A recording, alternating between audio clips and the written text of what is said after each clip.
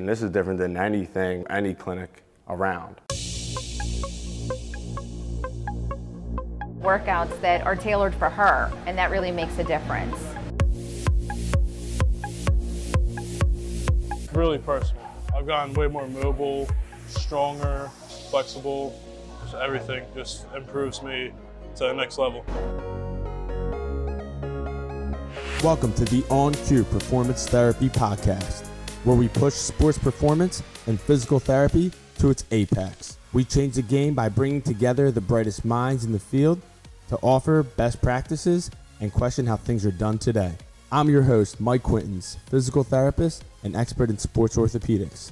I'm living my dream and opened a clinic that unites all elements of sports medicine under one roof to drive recovery and performance outcomes. What's up, Performance Therapy Nation? This is Mike Quintans, your host of the On Cue Performance Therapy Podcast. This week is slightly different than previous weeks in that I was asked to be a guest on the Coach Hos Podcast with a good buddy of mine, Dr. Mike St. physical therapist. And Mike and I worked together for a few years at the beginning of my career, and he's a great source of information when it comes to sports performance and physical therapy. He's as passionate as they come. So without further ado, I'd like to thank my subscribers and all the reviews we've been receiving. They're rolling in, they're climbing, and it's really cool to see that you guys are enjoying the podcast and leaving comments and reviews. That feedback means more to me than you guys know, and I want to show my appreciation, so thank you. So without further ado, let's get into it. Roll it, Shelly. All right, this is the Coach Hos Podcast, sponsored by Sports Rehab PA. And we have another special guest on tonight, Mike. This is Michael's friend. This is Mike Quintans out of Newtown Square. He is the clinical director and partner of the Physical Therapy and Wellness Center down, like I said, down in Newtown Square. Mike, pleasure to have you on tonight. Yeah, thank you guys for having me. This is awesome. I know Mike and I have talked about this for a while now, so it's cool to do it. And nice to meet you, Coach. I'm stoked, man. This is cool. Look get into it. This is good stuff. So I want Mike to kind of jump in pretty quickly on this. Mike at the top here, Mike St. We'll call him MSG tonight. MSG is going to tell me, Mike, how you guys met, because you live up here in Jamison and Mike is down in Delaware County. Did you guys go to school together? How did that come about? So I came in to media where Mike was working. Mike was that was your first spot with Excel. And I was over in our Exton clinic, and then they had an opportunity for me to move because I was living in Westchester at the time. And was looking to kind of get into a different clinic, different setting. So I had an opening in media, so I went over there, and Mike was just going through there. So, and then he moved up to assistant clinic director, and we had a pretty cool team there. And yeah, man, it was a fun spot. Awesome. Mike, I'm going to have you introduce yourself here and then kind of give us a little bit of background. Tell me how you got started. Tell us a little bit about the facility that you have that you're running down there, and because it is kind of very similar to the location that I'm at up at Fit Life, and you guys have a 4,000 square foot facility. But you kind of tell me a little bit about how you got into your position, and then kind of tell us a little bit about your location. Yeah, so I'm a physical therapist, graduated from Widener University. Took a job, like Mike had mentioned, Excel Physical Therapy, started in media. After about a year, took the assistant role over, and Mike had come on board. And it was aces at that office, a ton from Mike and some of the other staff there. Worked my way up from assistant to clinic director, and had an opportunity to take, a partner director role with opportunity to move up under the Ivy Rehab umbrella. So they're owned by a private equity group. Ivy Rehab is a fast-growing physical therapy company in the country, and underneath them is the region of PTW, the Physical Therapy and Wellness Institute, where I had an opportunity to open up a new office, Delaware County, the first one in Delco, and we got 4,000 square feet. The goal was to bridge the gap from essentially what you two do, right? So Coach Hos is Coach Jordan here, and we're making it work under roof. It's been great. It's been a great experience getting athletes in and then getting them to transition prior to competing, prior to competition. We don't only work with athletes; we accept insurance, et cetera. So when I sat down with Jim, I know it's a little bit of a long intro, but I sat down with Jim, my regional director, and he said, "Well, what do you want? Because we want to invest in you. What do you want?" I said, "I want 4,000 square feet. I want to accept insurances. I want 1 patient an hour, at most 10 a day. And sports performance, turf. I want kettlebells. I want dumbbells. I want rogue squat racks." I went off on it. I want it all. All of it, really, essentially. And he said, "All right, let's see if the numbers work. What's your payer mix?" And I'm like, "Wait, you're like considering this? Like this is serious?" I thought you were going to tell me to go for a walk. And we did the numbers and it works. The model works if you run it the right way. And even through COVID, we're busier now than we were before. So it's been a great experience. Yeah, fun. That's awesome. Now, I mean, so with that, you're saying that you're getting, the model was that you were going to get at least or just 10 people in, right? So how do those numbers, how does that work? I mean, now it's not just you in there. Now you said you have a coach like me there, so he's doing stuff too. So now is that the same type of thing? He's seeing about 10 people a day. You're seeing about 10 people a day, and each of the coaches and therapists. Yeah, that's a good question. So the model, when I say model, I mean the PT model. Mike St. George is familiar with this, and that your average place, correct me if I'm wrong, Mike, 15, 20 people a day, patients come through the door in an 8-hour day. Where Mike's at now, where I was at one point, 10 to 12 tops. No aides, no assistants, nothing else. Here we have aides, and our aides aren't high school grads. We're talking like personal trainers, certified personal trainers are our aides. We're able to pay them the right amount, and then they do personal training as well. That's our coach, in one case, and then our other case, certified strength and conditioning coach is Jordan. So when I say model, I mean how many patients a physical therapist will see in a day. Jordan does more sports performance than personal training. He does some of that as well, personal training. But sports performance used to be like 4 to 6 was the goal, 9 to an hour. And he would have anywhere from 4 to 5 sessions a day. And at this point, it's more 2 to 3 kids are coming in. And it could be any mix of clients, not always the same ones. And he's probably seeing about 4 of those groups a day now. And probably has, I think, 2 or 3 clients that he's working with that are athletes, an hour, probably 2-3 times a week. Okay. All right, cool. So volume may be down a little bit for sports performance, but more personal training now than ever because gyms are closed and they want to place that they can trust. Yeah. I mean, you're seeing a lot more of that. I mean, it was funny because it had gone, it was going such, small group was a large, was a big thing then. And then large group, like try to get as many people in. And then the whole concept of like these big gyms out there, a low price point, get as many people in. And I transitioned away from that. I thought, no, I'm going to go with the individual attention and I'm okay with that.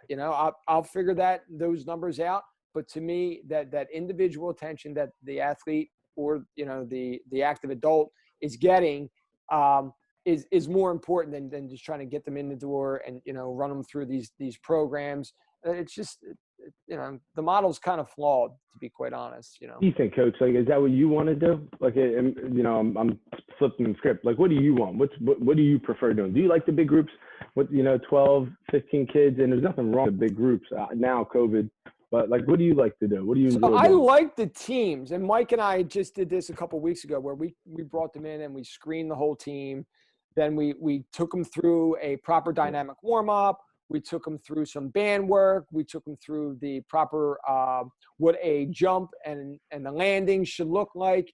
And then we just kind of tied it all together at the end, and we talked to them about, the risk of these things and why we did this and why the screening and what the purpose was of all this. So to me, and I was that guy years ago with the ladders and all that stuff. But to me, this created so much more value. And so to me, if I'm going to work with larger groups, I want to do more of a workshop where it's 2 or 3 hours where we can really delve in to, some things and really get some true objective, looks at this, instead of just saying, well, listen, they can't, jump. Okay. Well, you know what? No, well, we have proof, and these are the things, like maybe there's something wrong with their ankle or they're tight in their hips or however it may be. But to me, that type of workshop seems to work better. Otherwise you're working with an individual. To me, I like that. Mike, how about you? So the one thing that I really liked when I first started working at media was Q stuck out because of his passion of the attention to detail. He really wanted to go the extra mile, wanted to understand the why, wanted to do stuff, wasn't just going through the motions. And we know this in every profession, PT included. You get a lot of PTs that just want to go through the motions or just throwing stuff out, trying everything. Q is like a sponge. So that's why I wanted to bring you on here, Q, because we only bring on quality people. And since it's October and it's physical therapy month, all right, cheers to quality. All right, cheers. Wow. All right, right there. Bada bing. There we go. Listen, Mike, for those that don't watch us on YouTube and just listen to us on Anchor and Spotify and Google Play and all them other amazing outlets, Mike is pouring himself a Guinness and cheersing Q, and I'm cheersing with a bottle of spring water. Tomorrow I will have something better in your hand when you're down in Florida. I will have a beer tomorrow. Absolutely. Yeah. So anyway, to answer the question, Excel is a company that tries to provide that opportunity. We had a lot of competitors out there, and we don't even really need to say negative things about other companies. Patients would just say it. They would come in and say, I went to X company and this is what happened. I walked in, they said, oh, you have rotator cuff issues, shoulder, here's a packet of exercises, do these, this should cover it. You get this shotgun technique, let me just throw a bunch of shit at you and see what sticks there, and it's garbage, because this is why our profession is being hammered with reimbursement rates, and this is why we got to do all these outcome measures and constantly prove our worth as to what we're doing, because in the past we've had previous professionals ruin that, because they say, well, what's the value of PT? You're doing this, he's doing that. Well, how do we know what's really working? So now you really have to look at what you're doing. I mean, there's a million exercises out there, and in order to really understand if you're making an effect, you have to have that ability to work one-on-one with the client and be in an environment where you can see what they're doing, because even session 4, session 5, patients are still doing stuff wrong. I mean, you can tell them to squeeze their shoulder blades and they're like shrugging up like this, bringing their shoulders to their ears. Some of them really do not know how to do a simple, basic movement. Mm-hmm. And in our society, with the technology and the convenience of just all the things that we do, sitting on couches, driving cars, iPads, iPhones, all this stuff, we are getting into these positions and these activities that are basically working against what our human anatomy is meant to function. So we lose these functions, and that ties into what we're doing here with kids. These kids want to go in and they want to perform. And Q, what I've been telling Joe here, I tell all the kids is, you get these athletes that you want to play all year round. I ask them that. I'm like, you play soccer all year round? I'm like, yeah. I'm like, well, you're basically a professional athlete. You're just not getting paid.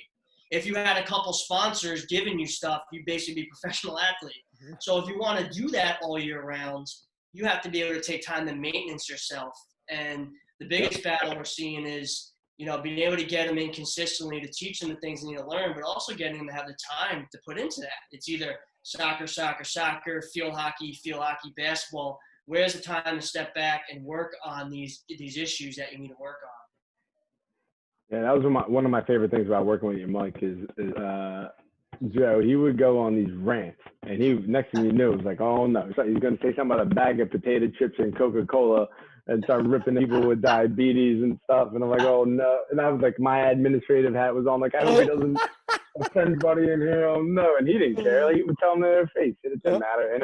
And passion, like that is the word that describes, Mike. And I fed off of that and his attention to detail. And he would learn something on the weekend, and he'd come in the next day. He's like, I don't know if it's going to work, but I'm going to try it. And we're going to test and we'll do the treatment, and we'll test it and try it again, see if it works. If it doesn't, we'll try it on the next one. But if that's That's it. I'm out. Like, I'm moving on. Right. And that like made me feel like, wow, we can be wrong and that's okay. We don't have to just sell on what we're doing and hope it, fake it till you make it. But Mike, he would have no problem. Like, okay, that didn't work. Let's go. Let's do this.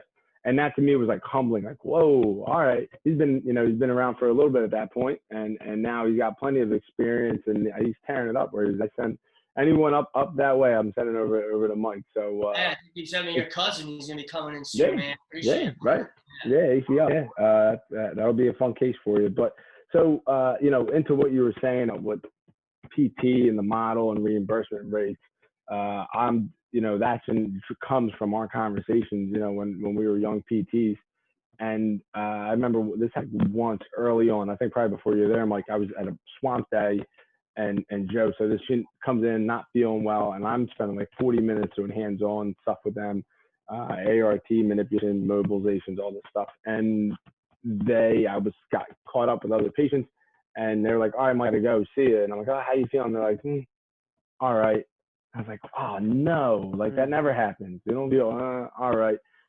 And then leave, and I got 2 patients I'm juggling, and I had like nothing I can do. And I was like, I'm not doing this. Like, I'm not going to see this many people in a day. I'll stay here for 13 hours if I have to, but I'm not going to see all these patients in 8 hours. I'm just not. So, that's what's different. And I couldn't, when Mike talks about passion and doing what's actually caring, that's caring. Someone's not going to leave feeling like, all right, because you're not going to get the job done. Absolutely. You know what? And at the end of the day, like, we're here, to help the other person, right? I mean, listen, it's nice to get paid to be able to do this, no doubt about it. But I'm humbled and blessed that I can do it every day. And I have no problem. Same thing. If I got to stay an extra hour, I'm staying an extra hour because I enjoy my job. I'm like, oh, I got to stay another. I'm like, no. Like, plus the fact that, like, you can, like you said, you see somebody walking out and they're not satisfied. That eats at you more than anything. Right? Nah, that's not going to fly. So, kudos to you. For pushing that model and understanding that, we're not going to get them in every 15 minutes or every 30 minutes and roll them through here. There needs to be some care taken. And I think that's honestly, that's where some of the PT gets some of the bad rap, like, I don't want to go there. It's they don't understand the passive part of it, like, especially when they're leaving physical therapy and coming to see me. And then I have to explain to them, it's supposed to be more intense when you get to me, right? PT is getting you to recognize these things, get the patterns going, and then you're coming to me and we're going to advance that. Just like Mike has said before, you might be doing 1 set of things here. When you get to see Joe, you're doing 2 and 3, maybe 4 sets of things. The conditioning, all these other elements are now coming back into the process. But understand what PT is actually there for. And I think that's what happens is, or they start to feel better, right? I mean, that's the classic one. That they need to be there for 6 weeks of treatment. 2 weeks in, they feel good and you don't see them anymore. But what is interesting with the sports performance section, I noticed that as I started to, shift a little bit more of my focus onto that is when you come out of college and everybody wants to work with the athlete, and I've learned over the years that first of all, you got to get a lot of experience under your belt there. And any physical therapist that I've met at a continuing ed course or listened to who got involved in that usually had a network, or maybe they got right into working with professional athletes or a team, but they had mentorship and they were there. But it's like 100% commitment. Some of these guys or girls have to travel with the team. It's a lot. You don't really have much of a life outside of it, but you get a lot of experience in a setting kind of like what we're doing. We have our own setting. Athletes come to us. You're not traveling with the team. But, there are challenges there too, especially when you listen to a lot of guys that work with the pros. You're going to get these guys that come in that are making all this money. They're a hot shot. They're going to say to you, who are you to tell me what you're doing, what I'm doing? Or even if you're great, they just might not want to listen. And it's hard. You can't take that to heart. Someone's got to be like, you know what? This is what this guy wants to do. His agent and him talk. They want to go do this.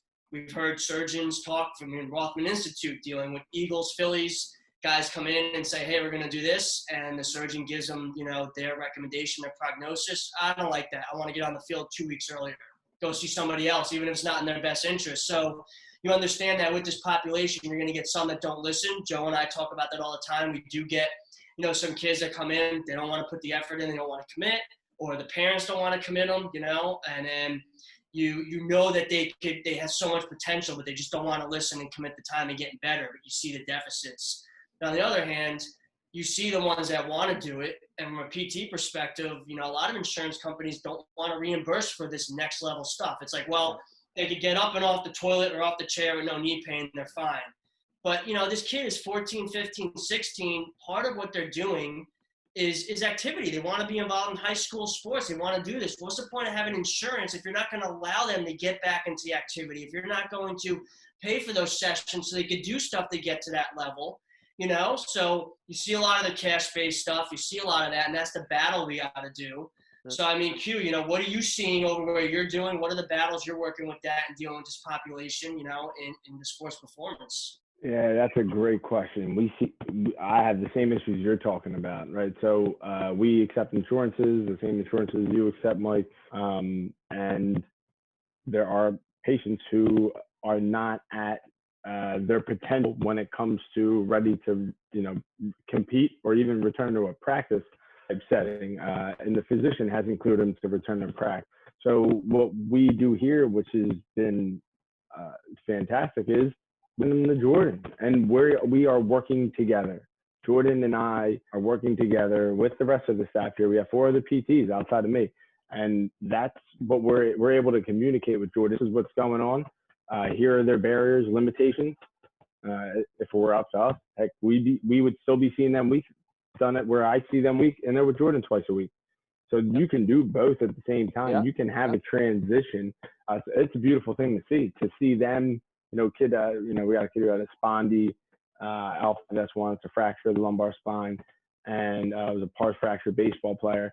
He's over there deadlifting 225, and Jordan's big on this, he likes the number, I think it's 285 for the deadlift. And that's when they're ready, he thinks that they're ready to start hitting the ball. So how does that work though? So what, they'll do a PT session with you, and then there's other visits where they come in and they're working with him. So what are they doing? Are they going?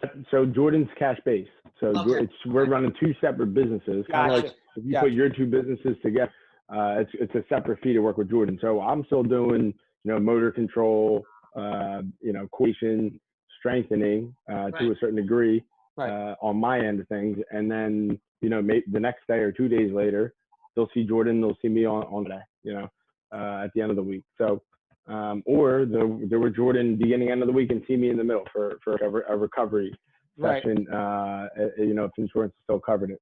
So that is a challenge, the same challenge you see. It's nice that we can be under one roof and work together. But, Jordan runs his show, I run mine, but we communicate. I'm not going to tell Jordan what he needs to be doing. We trust each other, just the same dynamic you two have. It's pretty cool, to see Lemire and see, what you two have put together. So, I would say that's a challenge in terms of communication and listening and getting the patients and clients to buy in. And athletes are going to want to do their own. Parents in this area at least have their own agenda. We're closer to the main line. Mm-hmm. So the parents want to make sure that the kid gets, on the water to row by this date, or they are back to competing and throwing by this date. And you get orders from physicians that just don't make any sense. Apophysitis, or it's a fracture, the growth plate, and they're still able to throw, and they're 12 years old. There's no rules for Little League going to Babe Ruth. There's no throwing rules for when you go from 12 years old to 13 years old. The field gets bigger. The athletes are getting bigger, no probably. Count on these kids. Nope, none. I found that out 2 weeks. I had no idea, and I'm on top of baseball.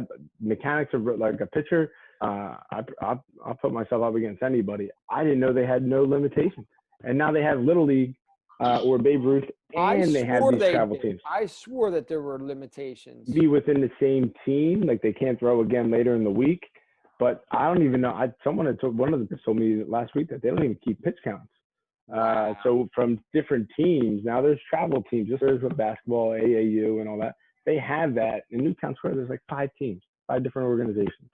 with their own facility and the whole 9 yards. You know, to me, that's a challenge that I have personally with the like ethical things where a kid is throwing 90 pitches in a game. He's 13 years old and they're coming right off of, you know, this whole quarantine thing. So I think the best thing we can do, Mike, to address what you're saying is we got to communicate, and I got to give the athletes and the parents options, right?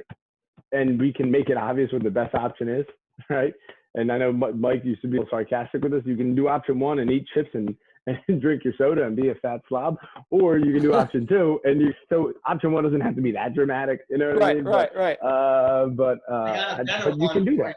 He's got a better one. Is I got this from a couple guys who run a really good podcast for the Spartan race. They're 2 Spartan pros, and they talk about training. And it's either, you know, you pay now or you pay later. It's either, you know, you pay the time now to fix your deficits, or you put it off and you pay for it later. And a lot of these kids are willing to pay for it later. They want to do this stuff until they break, you know, as opposed to taking the time and doing it now and fixing these things, you know, because we know just because ACLs are common does not mean it's normal. You know, just because diabetes is common does not mean it's normal, but we're accepting these things as part of it, and it's not, you know.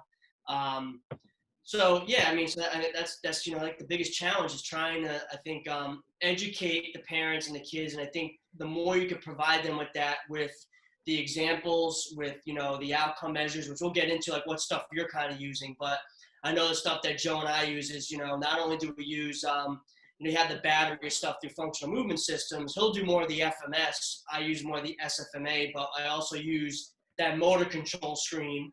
And you could clearly see if your ankles are locked up, and you could clear it. And you could clearly see if you cannot hit the minimum requirement for a single leg squat. There's no lying. So either the parents watching and understanding it, or the parents in the front just on their phones. So you see who's involved in the care and who's not. But I will always go over to the parent and educate them at the end and explain, even if they're up on their phone. Because sometimes the parent doesn't want to be there because it's that high school age, and the high school kids, like, I don't want mom and dad over my shoulder. Sometimes it depends on the relationship. I'll still go over and educate. But as long as I think you're doing that and the parent understands and sees and you're explaining, because we still have some parents that don't understand why you're talking about a hip knee issue and you're saying the ankle is the problem. So we explain it. We show them the movements. And then the best safety net we've been using is that fundamental capacity screen, because, which we'll get into asking you about the return to sport play with stuff you're doing, but we have that return to sport play, which is that single leg hop, the triple hop, you know, the crossover hop, and that's all they were getting. But Joe and I have implemented the fundamental capacity screen. We're looking at the broad jump, you know, the triple broad jump, all those moves, because it's like a safety net where it's starting to catch some other things, because we're finding that the kids are compensating through that return to sport play. They're using momentum or other stuff to complete it. So on paper, it looks like they're good, but the quality of the movement to get there was really trash, you know? That's great stuff, man. Amen to all of it. You're doing it right. It takes time to do that, Mike. Like, that's the tough part. It takes time to do that. So what are you guys doing over there in terms of, you know, objective measures, tests, like, you know, a kid comes in for an eval, whether it's ACL, that stuff, like what things are you doing, you know, like, in going from there? Yeah, so we're doing FMS on all athletes that are coming in for all of our clients. Outside of that, we're doing the same thing. So we're doing the triple hop test, you know, the line jump, the triple jump test side to side. We add FMS into that. So a lot of the Rothman protocol, right, that Peter DeLuca helped put together. And then in addition to that, we're doing the capacity screening as well. So, you know, that's something I implemented probably about like 3 months ago, and, you know, went through the online course, and like literally, I think I went through it like 8 times before I was like, all right, I think I'm ready to like, let's implement this. That's right. And I mean, you're right, because you know, you can go through all those tests and it's 90%, you know, of the opposite limb, and it's considered to be normal. Then you go through the broad jump and you see like they're distributing their weight completely differently, or you know, so it's sirens go off on all those things.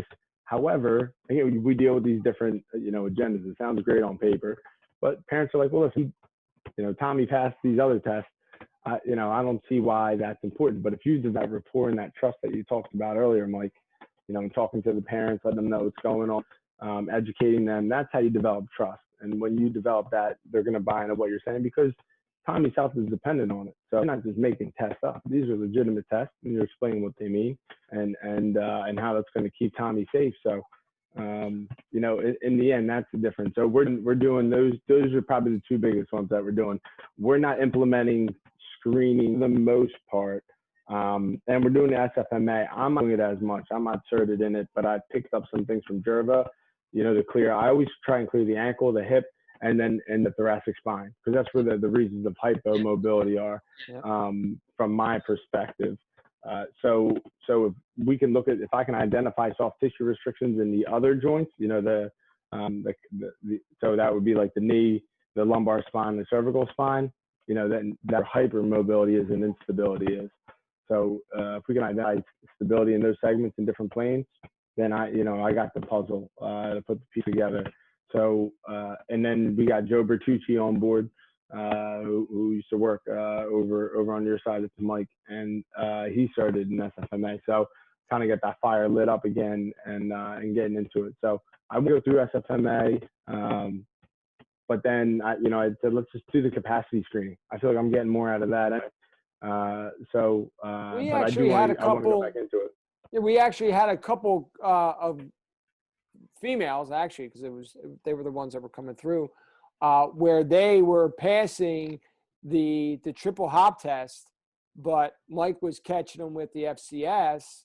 So these kids were coming back to me, and the parents were saying, "Okay, well, I'm confused. Did they pass or did they not?" And I said, "Well, yeah, they passed the part that they needed to, but this other safety piece here is basically saying you still have red flags. There are still high risks and high potential of you to either re-injure or do the other leg, you know?" So I love the fact that that's there. And then we've talked to some of the surgeons we've had on, and they talked about how they have different protocols. But to me, I think that FCS, the triple hop, you know, and I mean, what else would you really need to add into that? Some force plate stuff? I mean, what? I mean, there's some research behind vert and angles of valgus and landing and, you know, internal rotation for throwers.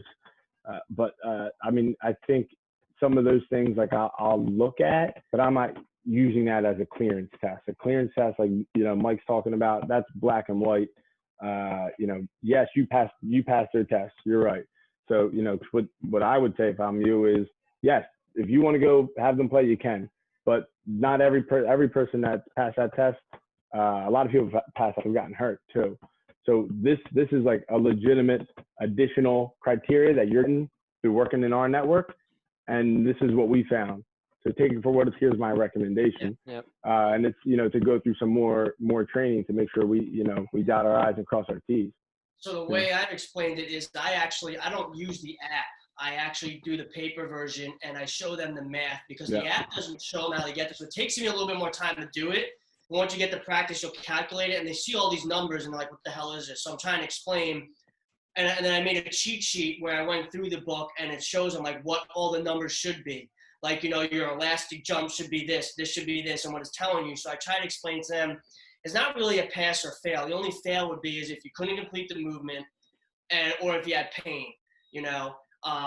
Or sometimes the movement doesn't look good, but they promote if you could cue them and they could correct it, then that's good. Can they correct that and become more aware of it? That's good. But sometimes, like if they can't meet the minimum of the broad jump to clear their height, it's not a fail. It's just saying you're leaving stuff on the table for producing power. Yep. But your mechanics look really good. So you didn't fail. It's just saying now you're ready to go to somebody like Joe or Jordan, and they're going to do jump training with you and teach you. Now that you have good ankle mobility, everything's clear for mobility, your squat looks good. We added weight to the squat. You look good under stress. Now we got to add the plyometric, because that was the whole point of the FCS. That's what Greg Cook was saying. He's like, we get athletes that move well, they're stable, but you put more demand on them and load, and they buckle under that pressure. You know, because someone could squat, but then you put weight on their back and they look like trash, you know? So that's where it starts to come in, because then we're saying, well, how are these kids getting hurt? They look good. So that's why Greg Cook was saying you can't just do FMS. You can't just do this. It's got to be this battery of systems, and it gives us a picture of the athlete. So that's why I kind of explained to the patient that This gives us an understanding of where you are. It helps us direct your training, because we get it all the time. How many take the high school dudes, they go into the gym, they want to do bicep curls. Dude, you're a soccer player. No one cares how big your arms are. I mean, you got to be. It's your warm up. Yeah, it's the warm up. So if we have limited time, we have a half hour either before or after games or on the weekend. Let's go in and let's work the movements that you need to do. And based on the FCS, we saw you have these deficits. So now we're going to work on doing some split stance stuff, some single leg stuff. We're going to work on the squats. We're going to work on this movement. This is going to help translate to these areas. Or we noticed in the FCS, you're better on your left leg than your right leg. Now we got to train some stuff here. So it gives them a little more direction on what to do. And I think when they have that direction, they're going to be more motivated than I'm just going to go into the gym and coach is like, all right, lift for 30 minutes, just walk around with the clipboard. And they're like, all right, whatever, Yeah, this is good stuff, Mike. I agree with you more. I think, what is unique is that you have an algorithm to identify. We have an algorithm to identify and address motor stability deficits.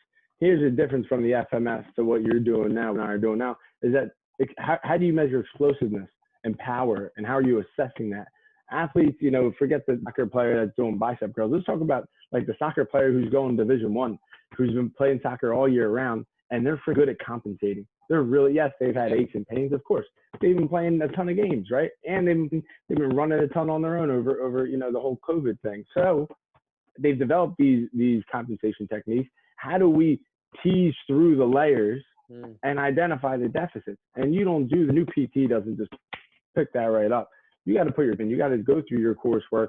You got to study this. You don't just pick that up, say, because I lifted in high school and I could do this. It's very different. And to have the eye to spot those things and to videotape and analyze, and now you got to convince that parent that it's actually the ankle that's the problem, not the knee. Bingo. That's not easy to do. So I use my camera. That's another. I want to talk to you guys about that at some point. You're running the show, but I use my camera all the time on my phone or my iPad. I share it on my, I drop it on my iPad, and I'm like, this is the problem right here. There's no control of the pronation. Yep. Or they have too much of a lift, and now they're stuck. Now they're stuck in inversion. So now, of course, they're, they don't have any knee control because they don't go into pronation. Put them in barefoot, and then they get too much valgus. That's where we got to focus on. I can say that probably, and I'll have to go back. I'm going to have to start putting these numbers together. But I would say if we're just talking operative right knee for ACL, I'm seeing at least 70 to 80% of those have some kind of issue in the ankle. And to even go one step further, the ankle of the opposite knee that was injured. Yeah, we're seeing a lot of that. We're finding that the other leg has deficits.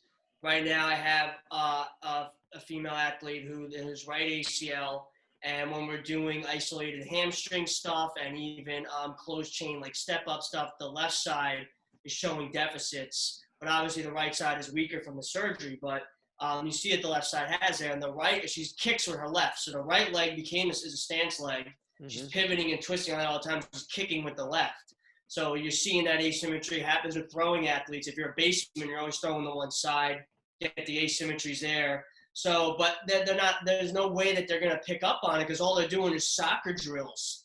They're never doing anything that's exposing these. So, some of the stuff that Joe does, he has his ACL prevention program he talks about, a reduction program, better term, is we're going to go through these movements. And we did that with the team. It was actually Cam's daughter, her 9 to 10 youth team she brought in. And, the parents were there, and some of the parents commented to her that, wow, I see where they had all the girls running and doing stuff. My daughter's not looking good here. It doesn't look like the other ones, things like that. But now they actually are looking at that. It sticks out, as opposed to just the soccer and all this other stuff, So, are you guys doing any of that type of stuff, in terms of those movement type things also, maybe a program that you're giving them to do, implement, we're going to do this as a warm up to practice those movement patterns? Yeah, Jordan could dive into this more on my podcast.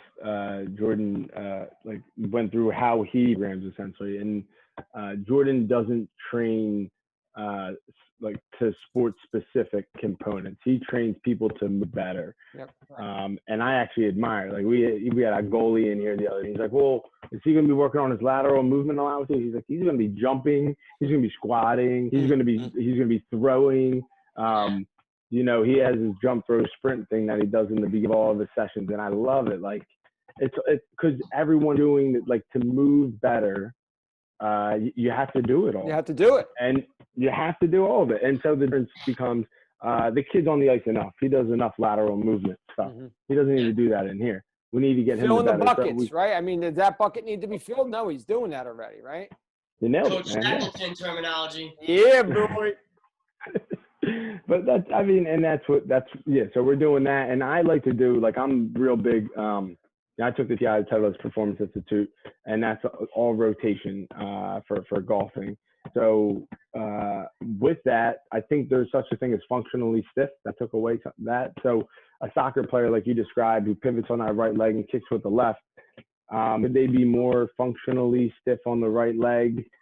Maybe they have to be ambidextrous on the soccer field. So that's a little different. But a pitcher, a baseball player, a lacrosse player, kind of the same. They got to be ambidextrous.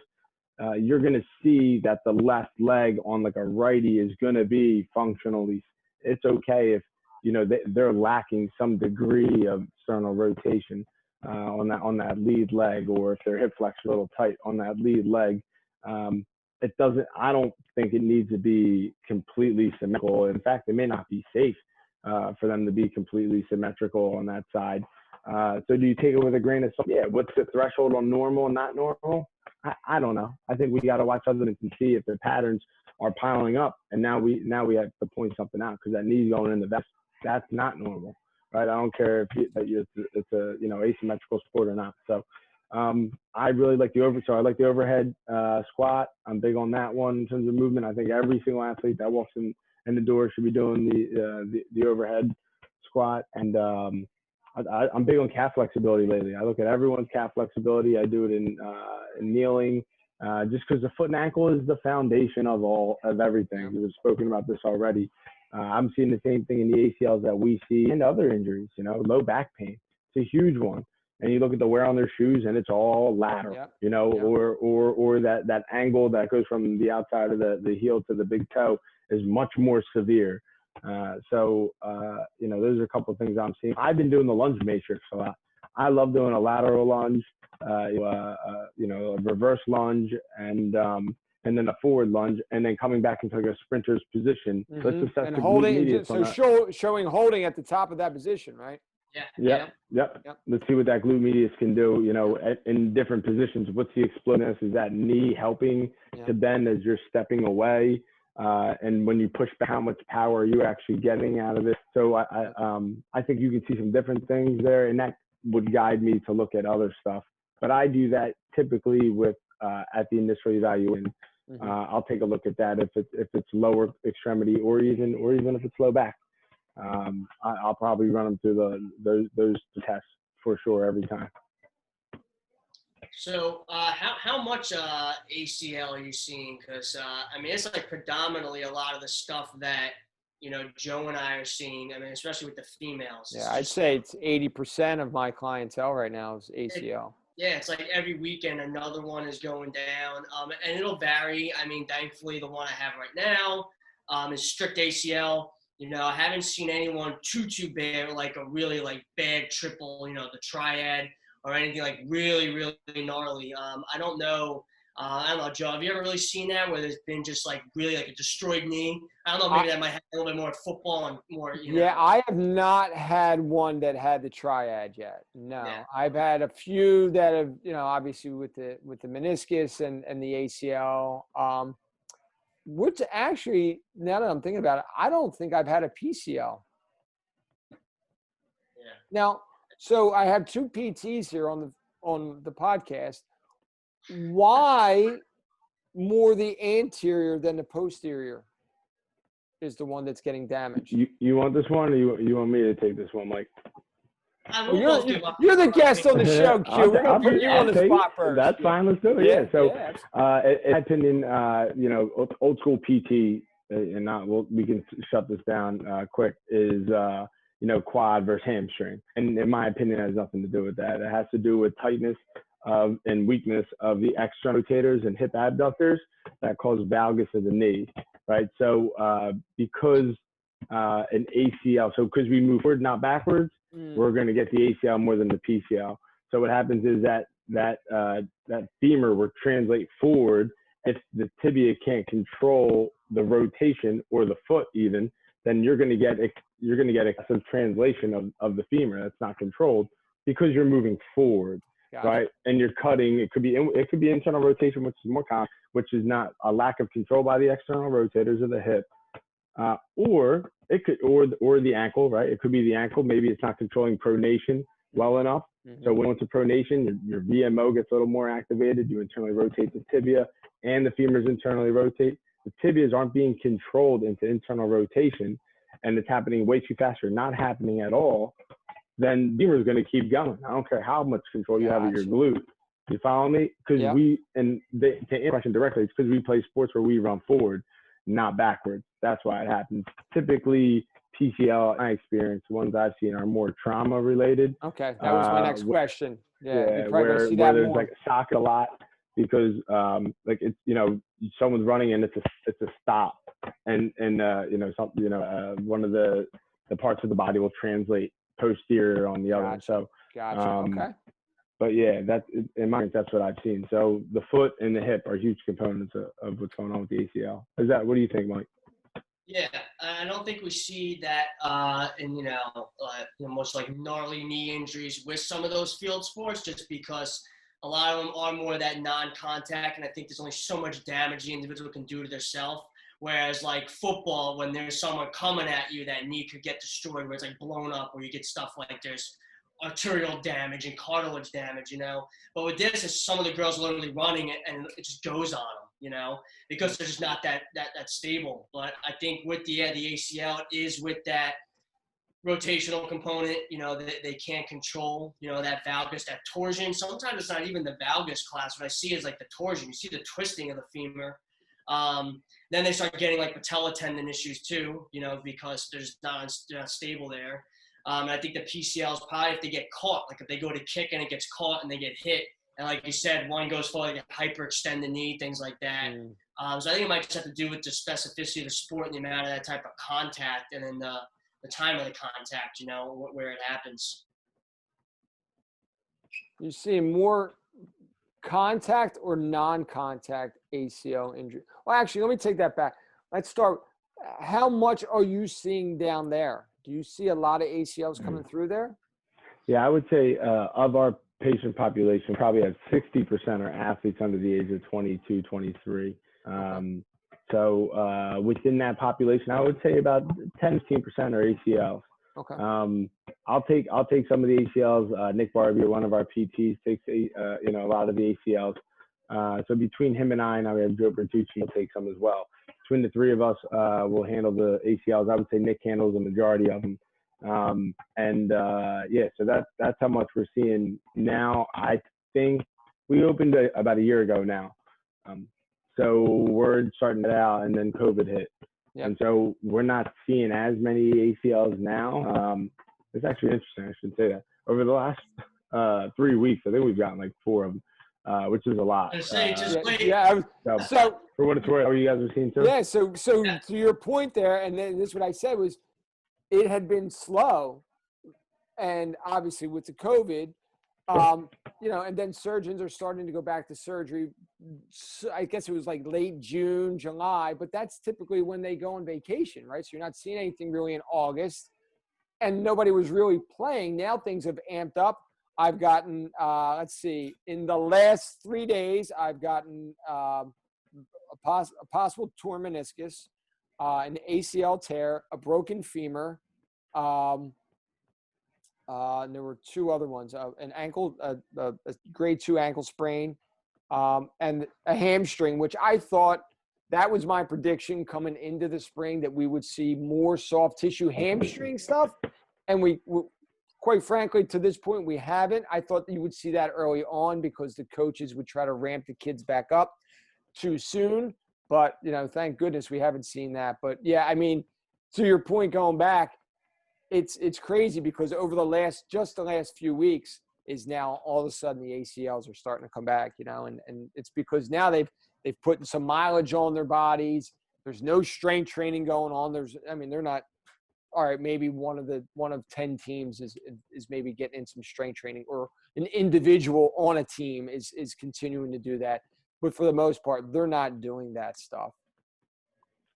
Yeah, I think in the next when does the sleep change? It changes 2 weeks, I think, from now. 2 weeks, yeah. You wait. Sleep, stress, virtual finals. Unfortunately, like both of you predicted, I think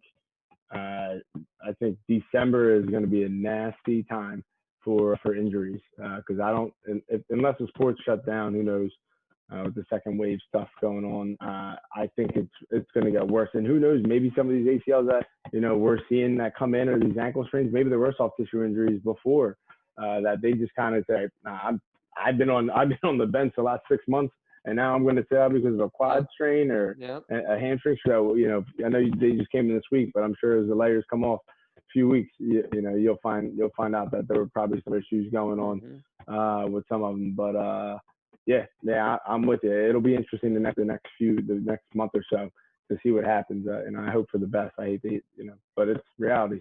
That's it. So, Q, over there, when you guys are treating the ACLs, do you guys treat very kind of similarly, not in the sense that you guys do specifically the same exercises, but on kind of the same philosophy? We're always constantly like revisiting and looking at like what we're doing where our patients, now there's obviously more stuff coming out, pushing, open kinetic chain quad strengthening for the ACL. There used to be a big fear that you would tear it, but I always do the take-home message that mean that everybody needs to be doing along our quads. Well, sometimes you might get someone in who has a really, really weak quad and they can't even do a straight leg raise. You're going to have them do leg extensions? Probably not at that point. But you get some of these people come in and they're really good. Good quad activation, good leg raise. You can stand on one leg. It looks good. You're already doing some like maybe introducing mini squat stuff or getting them in half kneel and they look stable. Yeah, they could probably, and they have no pain when they extend the leg. Yeah, I'd probably start giving some isolated quad strengthening. But if they don't have any control of that, or they're doing a leg extension and you're starting to see the femur rotate inwards, probably some weakness there, correcting that, but I know when I'm going through, sometimes I might seem to give a lot to the athletes, but, before they could do some of the advanced stuff, there's a lot of things, there's core stuff, there's hip stuff, there's hamstring stuff. So I give them a lot of things to do on the table. So all these muscles and all these sensory feedback systems are ready. So they learn how to feel for it. Like some of them don't know how to control their pelvis, especially the females, in a very anterior pelvic tilt position, hyperlordotic, weak core. So we correct that on the table, correct it in like quadruped, prone, whatever. Then when we come into standing or half kneel or tall kneel, they understand it, so they can translate into functional movements. But like the build up to that, as I explained to them, I might be giving you a lot of stuff, but right now I'm trying to give you a lot of things to work on. But a lot of these basic things are going to get nixed out because we're going to start focusing on more advanced. I mean, how are you doing it with your kids? You keep it more basic, you give them a lot of stuff. How are you doing it? Yeah, I'm happy we're talking about this stuff, because this is the difference between a mediocre PT and a great PT, and this is what what attracts St. George and myself to one another. We can talk shop for hours. I think it starts with a history. I got to find out why that ACL tore in the first place. So I'll look at the opposite limb depending on the sport, right? Is it a sport where you would asymmetry to an extent? If not, if it's a field sport, which is more likely with ACLs, I'm looking at the other limb. I love the ones that, I hate to say this, but like they got hurt, they got surgery, they're in the next week. And there wasn't 3 months in between where they could develop compensatory mechanisms of the lateral or the non-injured limb, right? So the non-injured limb, I'm looking there, especially if it's a field sport. What's that? What's that TF? How tight is that? How tight is the psoas? What's the hamstring? Because what you see on one side, you're going to see on the other. If they're, some of the teenage girls you're talking about, some of those athletes, they're just hypermobile. Right? So my focus is going to be stability with those athletes. I'm not going to focus on, let's have knee range of motion and harp on that. Yes, we need to get terminal extension. We need to get the quad right. We need to get that activation, whether we're using NMES or blood flow restriction. We use that, and like that's unique. Nice. I think, to what we use here, and the research supports it. So that's how we do it. Maybe 5 years from now, the research will say it's crap. I've seen results with it. Where are you mostly using the blood flow restrictions? I do get questions on that, and I haven't used it for any of my athletes, but I know some of the students that come and ask about it. But I mean, I'm like, look, I really don't think you're going to do that with some of the geriatric patients. I just know they're not going to tolerate that. It is uncomfortable. But I would be curious in trying it with some of the athletes. So where are you finding where, you know what, this would be a great case to do that with? When they're not able to tolerate a heavy load, it's very simple. Principle is that restricting blood flow is not going to allow the muscle to completely recover, and therefore the purpose of it is to load muscle, areas of whether it's plantar flexors or quads or hamstrings, and it can be complex movements where they cannot tolerate a heavy load. That's the purpose, right? So you do 20 to 30 reps of an exercise. That's really freaking light, and it's going to be uncomfortable. And that's the key. And it can be structured. If you're not doing it structured and you're not keeping a clock on it, you'll win time. Later in the rehab, right? So not necessarily. I would do this with an ACL at 3 weeks, 4 weeks. Depending on what it is. With one exercise, so. Yeah, so a straight leg raise. If they're able to terminal extension and they're doing a straight leg raise, I can put in a 1 pound weight on there when they could probably do a 5 or 6 pound weight. And so when you're talking about the extra shearing forces on the knee during terminal extension, or doing a long arc quad and the shearing forces that happen at the knee there, we're not going to terminal extension. We're doing an isometric. We're putting one of those tight bands around the table. We don't have them this year, and I want them to kick to about like 70 degrees and hold it there for 5 seconds and come back slow, and then kick it out again to about 60 to 70 degrees. Hold there for 5 seconds, come back slow. So, and they're going to fatigue quicker that way without me having to, load them up. So I think it's most beneficial a little bit later, like you're saying, Mike, so they can do a deadlift or whatever other exercise. I'm really big on like suitcase kettlebell deadlifts lately. I just feel like that loads the glute medius. You can stack plates up on the side so they don't have to go too low. And anterior squats. I mean, Mike Boyle will preach that all the time. He just finds it more relative towards teaching the squat mechanics. He doesn't really use a lot of back squats. I know back squats like the big boy movement, but even there's more talk. I mean, even on one of our favorite podcasts, here we go again, Shrug Collective. You got Travis Mash, who's the U.S. powerlifting coach, talking about how they really love the front squat, the front loading, and they were talking about accommodating resistance with bands. So we just got some of those CLX bands that Kevin Wilk likes to use. Yeah, with their loops. They have multiple loops in them. Yeah, they're great. So I'm going to start implementing those in. Okay, so we did some goblet squats with heavier weight. We're doing sets of 15. You got real heavy. You're looking good. Now let's add the resistance and see, can you maintain the form, throughout the entire movement, Instead of maybe adding excessive load, you could add that type of resistance, like you're saying, increasing the load that way, where they got to work it through the range and they can't try to hinge or compensate through it because the band is keeping them accountable to move through the resistance. Yeah, I think to address what you said in the very, your initial question, is the key is that, yes, we're doing a couple things that are different, but you have to address the deficit based on the history and what the opposite limb, how that opposite limb presents, assuming it's a symmetrical sport, right? So if their quads are already loaded on that opposite side, I know I'm not going to spend a ton of time on the quad, right? Like if that quad is completely like it's a strong quad on, the right leg and the left AC, I got the left ACL. Well, then I got it probably from the hamstring and the glute. What's going on the other side? I'm expecting similar pattern this side. I can't expect a completely different leg. When that quad comes back, it's going to come back like that. So I can focus on some of the other things and not go through the cookie cutter. Okay, let's do heel raises. Let's do tandem stance. Let's do standing knee bends or hamstring curls.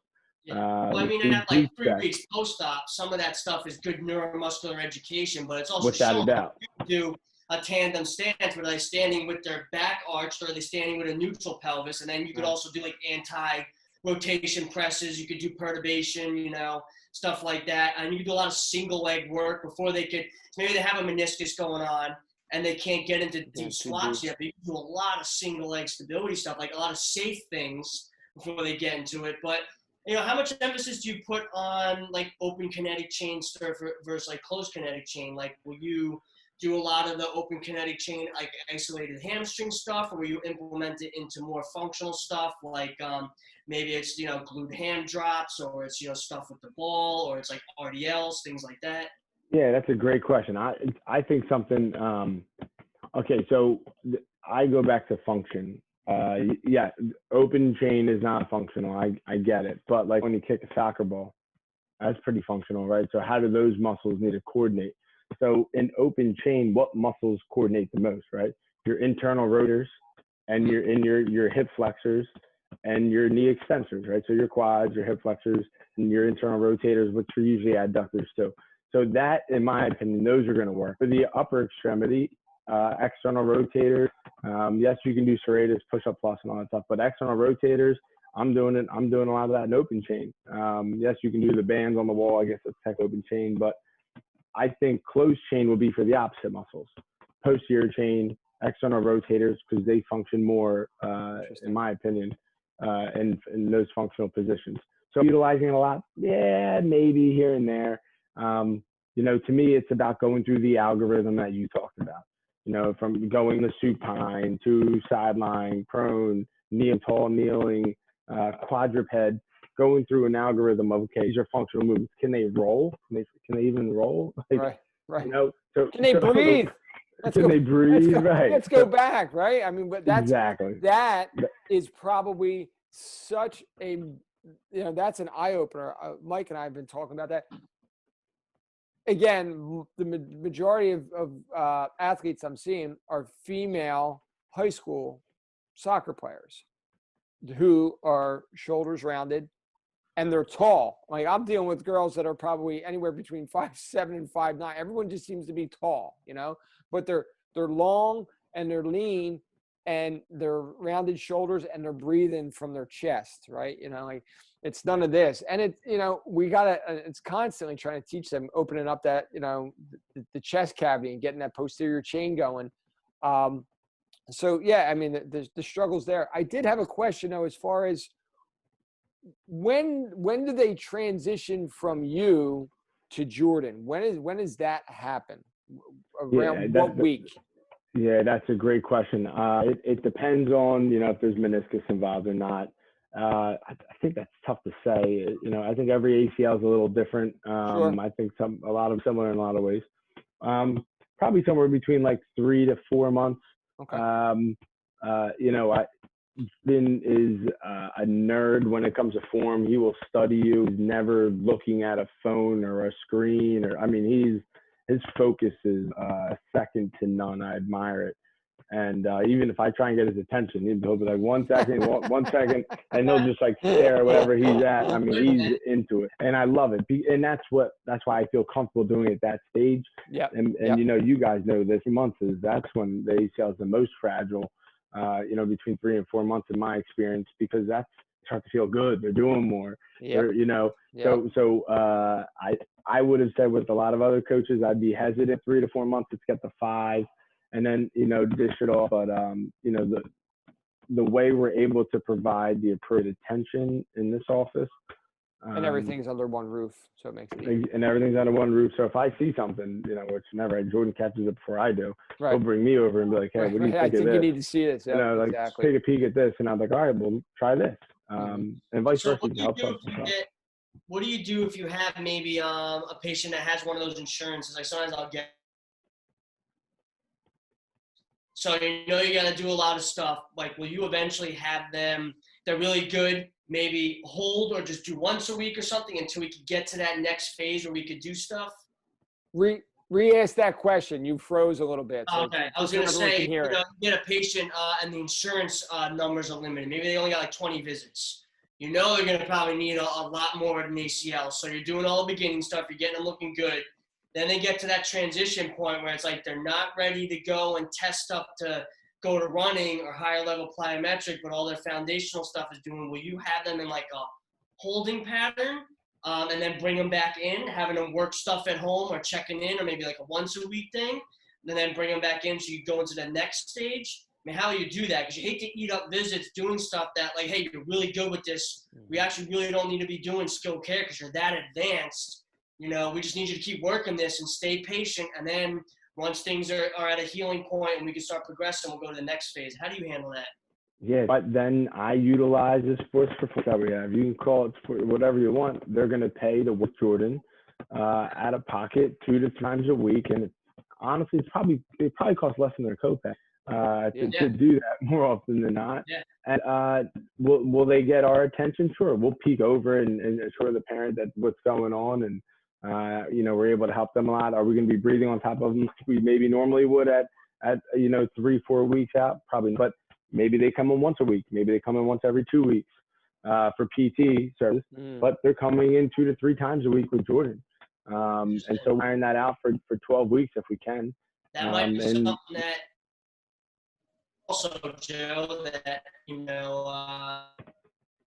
if you have an individual that's doing really well, and I'm saying, hey, Joe, they're good, but they're not ready for this next phase. Maybe you might have to work with them once or twice a week or something, just keeping them good, keeping them on top of this. Yep.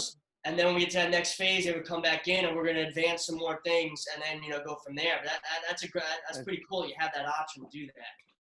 So do you know how many sessions prior to, like, someone comes in and you see their insurance, like, okay, this person, okay, so then you can kind of map that out, and then that's where Jordan or like I would come into play, and you go, okay, listen, like you just said, maybe you're going to me or you're going to Mike for 2 weeks, and to spread out those PT sessions, now we're going to have you pay some cash in between there, go to Joe, go to Jordan, work on some of these advanced things, then kind of come back and then we're going to recheck you here.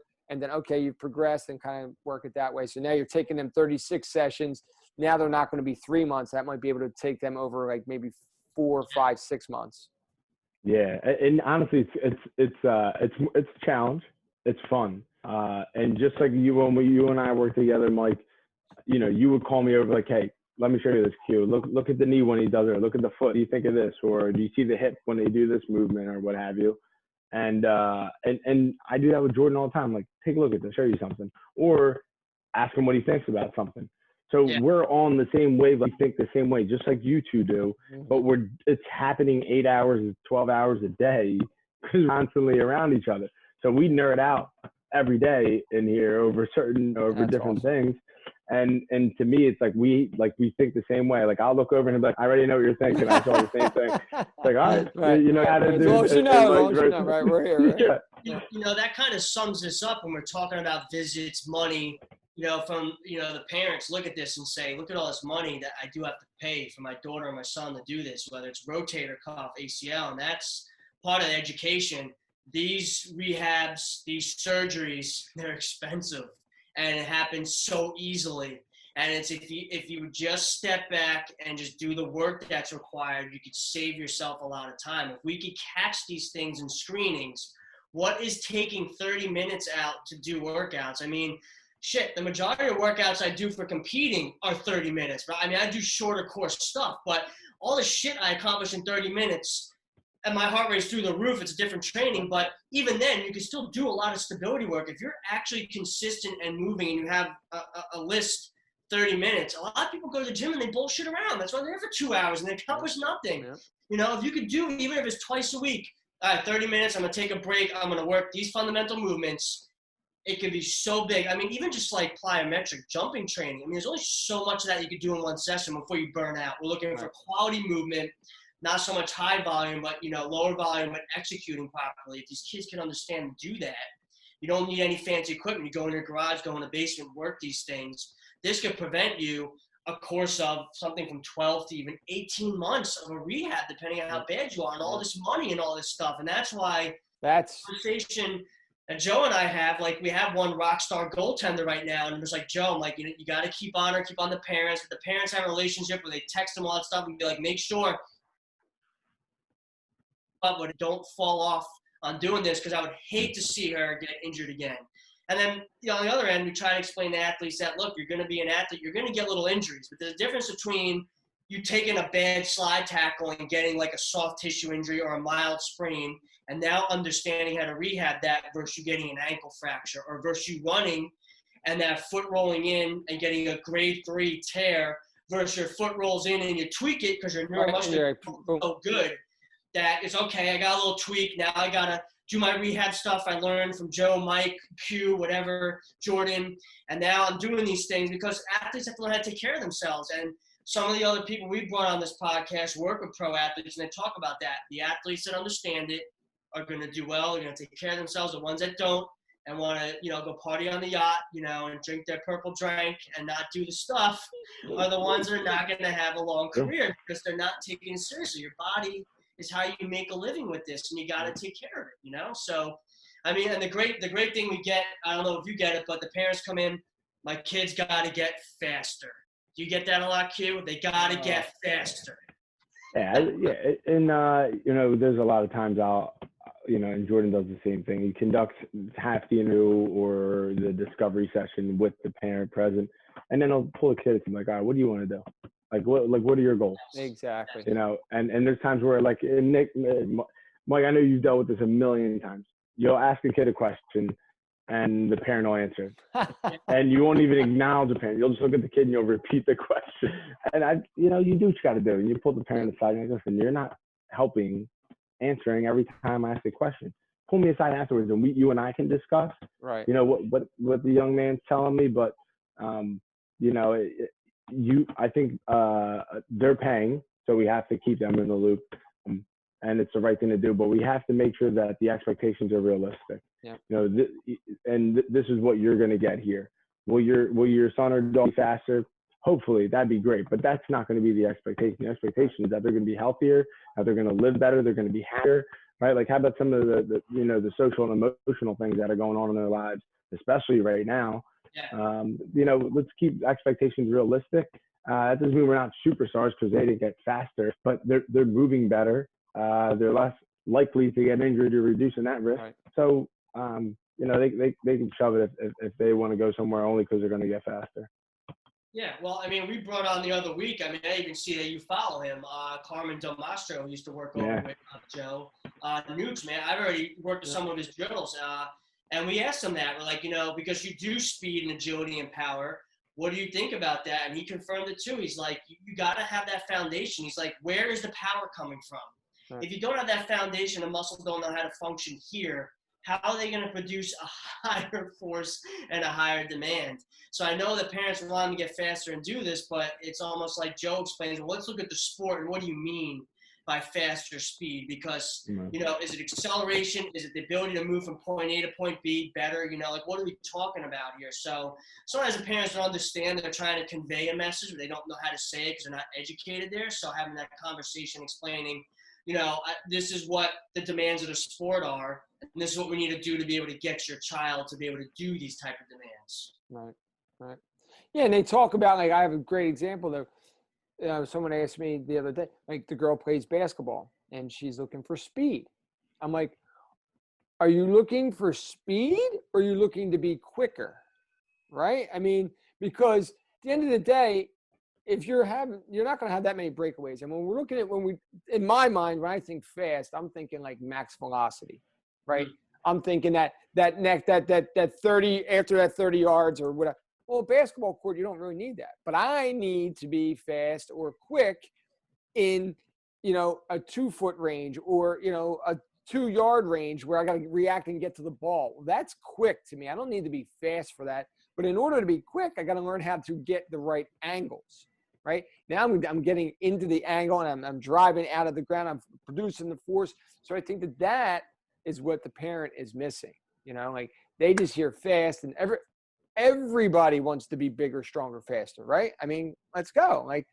But at the end of the day, we all can't be that way because there's a foundation that needs to be put in place first.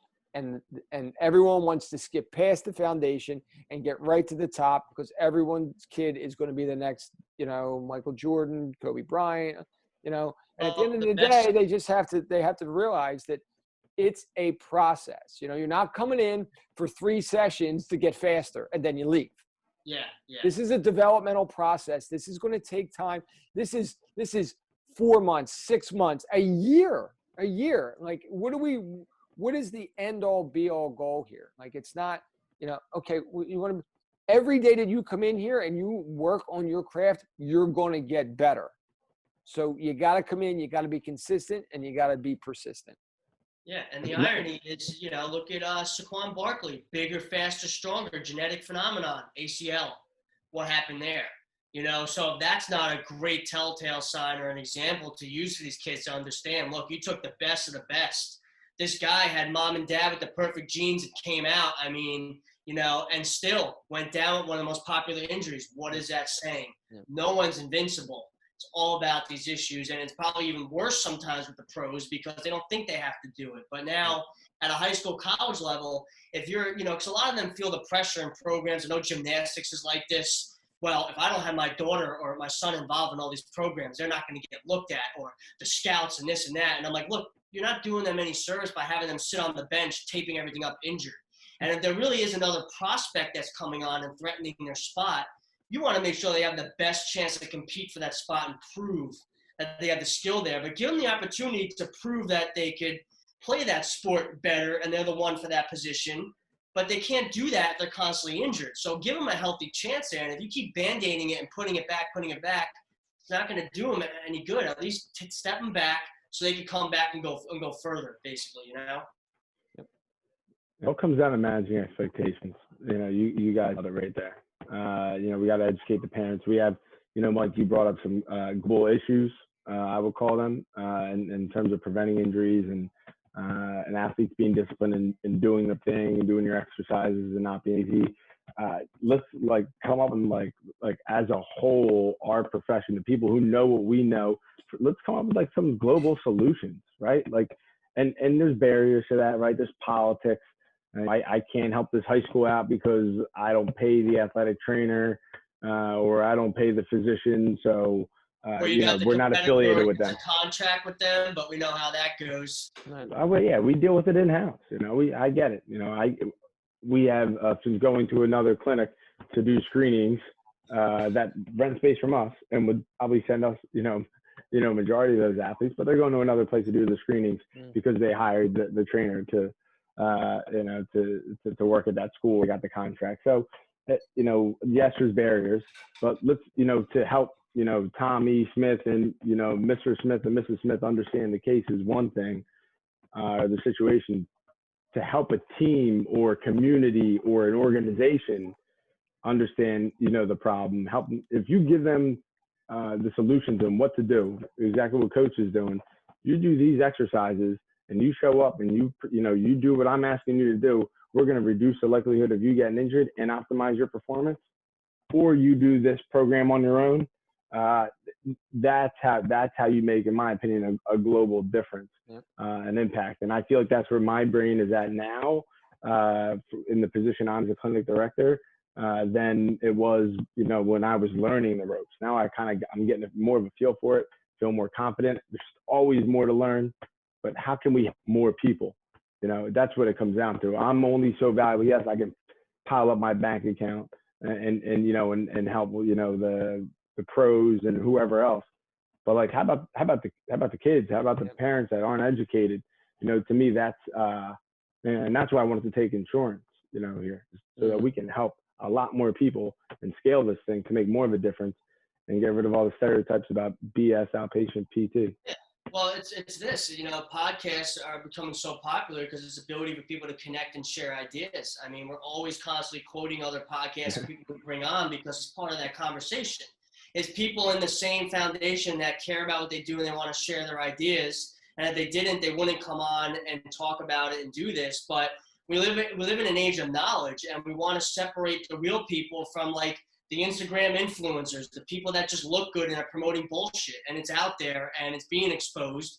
And you get these people that, unfortunately, companies will hire them and throw stuff at them, and they're putting out this garbage material.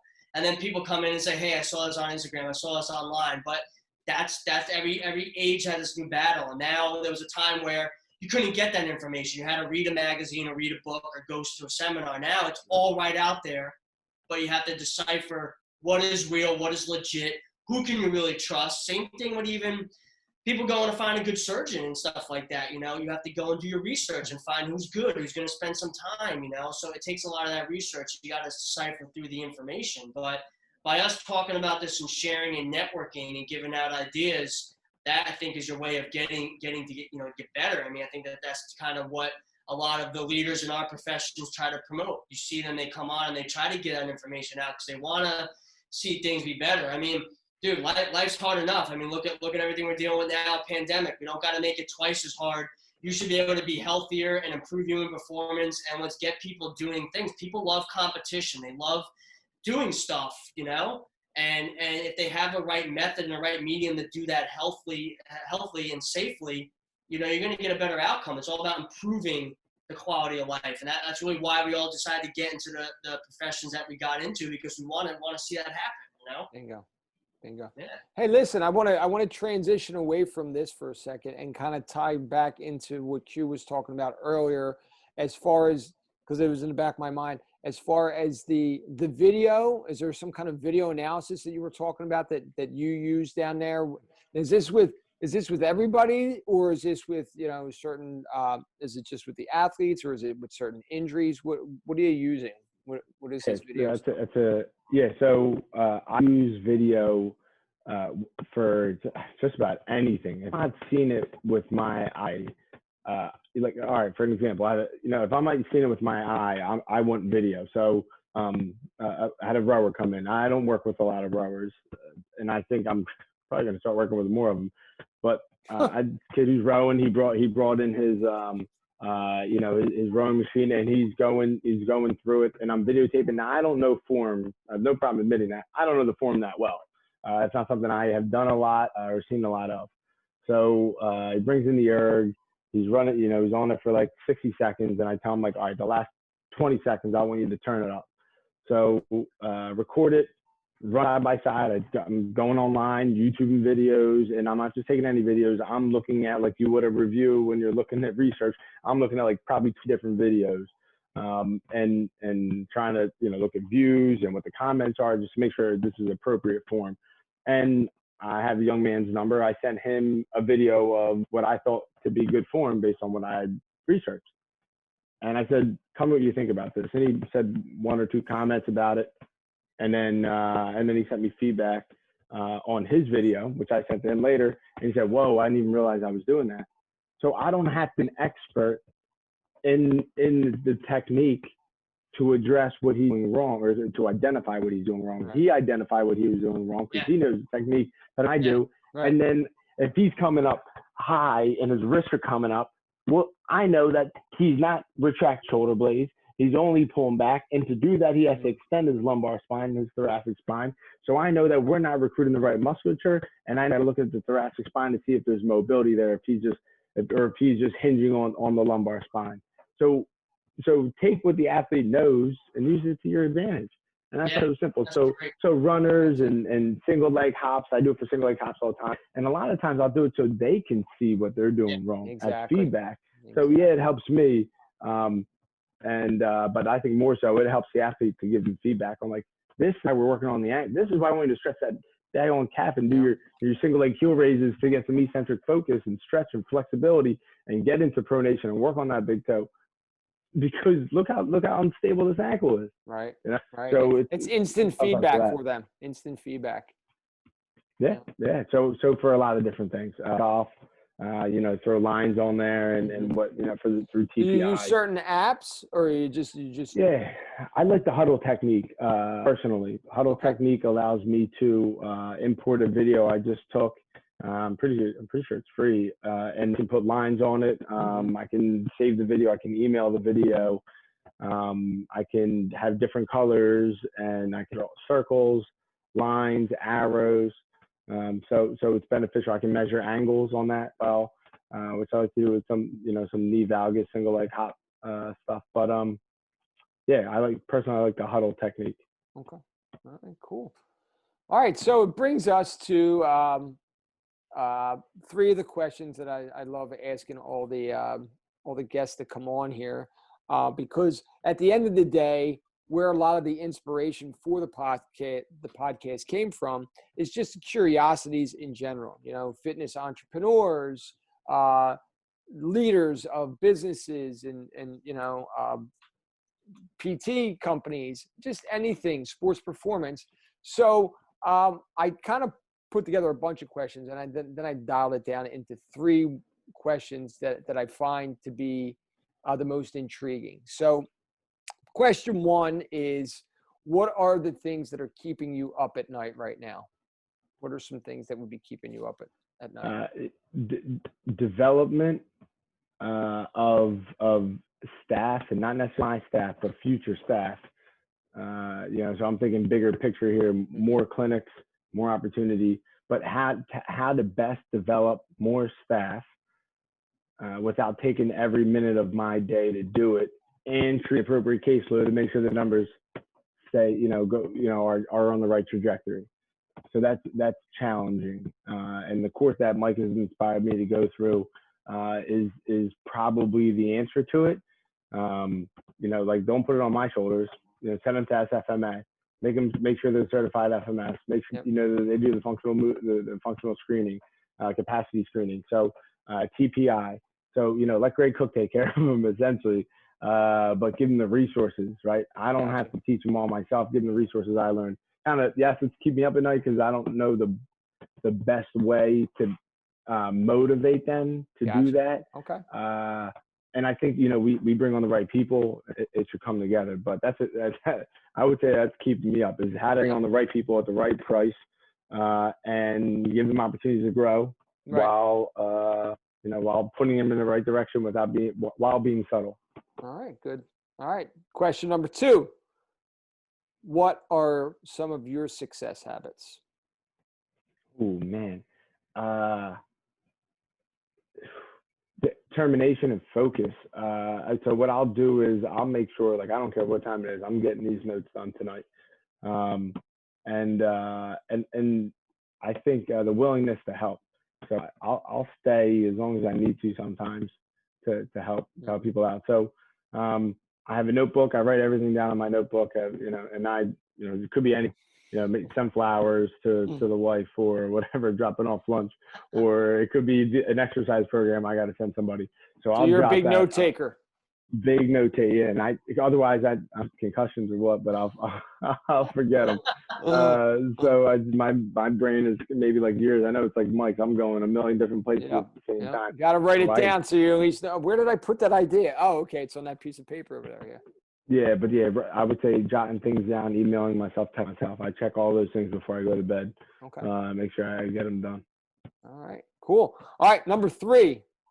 What is your biggest obsession right now? Man, so I can go a couple different ways. So I can go. My wife is due in 3 weeks. Oh man! So Mike's going through this now. I don't know how fair this is, but you two are fathers, and I can't wait. This is our first, and so my biggest obsession right now is my wife, and it's amazing what she's going through right now, and we haven't even gotten to that day yet. She's a warrior. She's still running, Mike. She ran like she ran like 2 miles the other morning. She's doing 3 weeks and she's running. Yeah, she ran like I think 2 miles the other morning. She came up every single morning. She wakes me up 5:30. She's like, I think I'm done. I can't do it anymore. And I'm like, you say that every time. Get out of here. So she's a beast. So my obsession right now is her and getting my life in order to make sure I'm ready to try and handle that, and then making sure I'm leaving all the pieces lined up here. We've grown. We are at year like 4 in terms of maturity. It's been 12 months through COVID. So, I have an awesome staff here. We got 4 PTs, personal trainer, an aide, and Jordan, and then 2 front desk. So that's a lot. That's 8 staff members. Wow. And I'm usually here all day, every day. So I'm leaving them behind. So making sure that this is teed up, to grow, for the week or 2 I'm out, is my obsession. That's awesome stuff. And by the way, congratulations. I'm at the further end of that spectrum, as we talked about before the podcast. Mike is about what, 8 weeks into his newborn? Yeah, she's 10 weeks now. 10 weeks. You're getting ready to have one. And I am taking my two on vacation tomorrow. We're headed down to the Gulf Coast of Florida for 4 days. Yeah.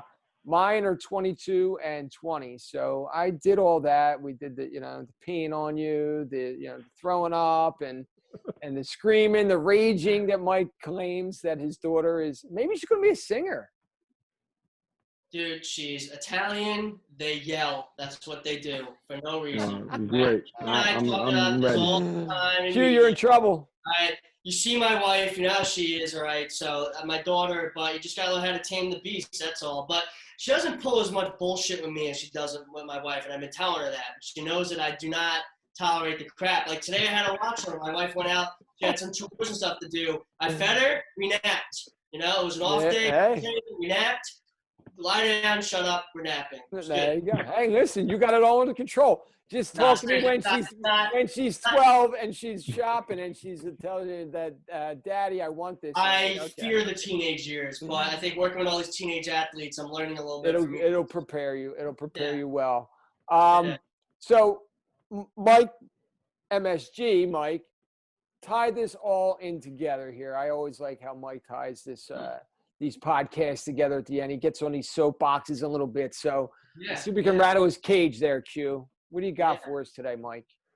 So, thanks again for coming on, Q. Obviously, we like to bring on, like-minded people. And, I think as you go through basically your profession, through your career and your life, you start finding the more you are goal-driven, the clearer things become for you. And that means that other things start falling by the wayside. And it just happens. I mean, just when you're really focused. And I find that I have distanced myself, not purposely, but just by the way I'm going, because I distance myself from those that don't have much direction. And when you're in a room before, obviously, COVID, and we had parties and social gatherings, you see the people that stuck out. When Joe was a patient in my clinic, it just lights up. You just connect with people on the same page. Q and I connect and we have conversations. You just see.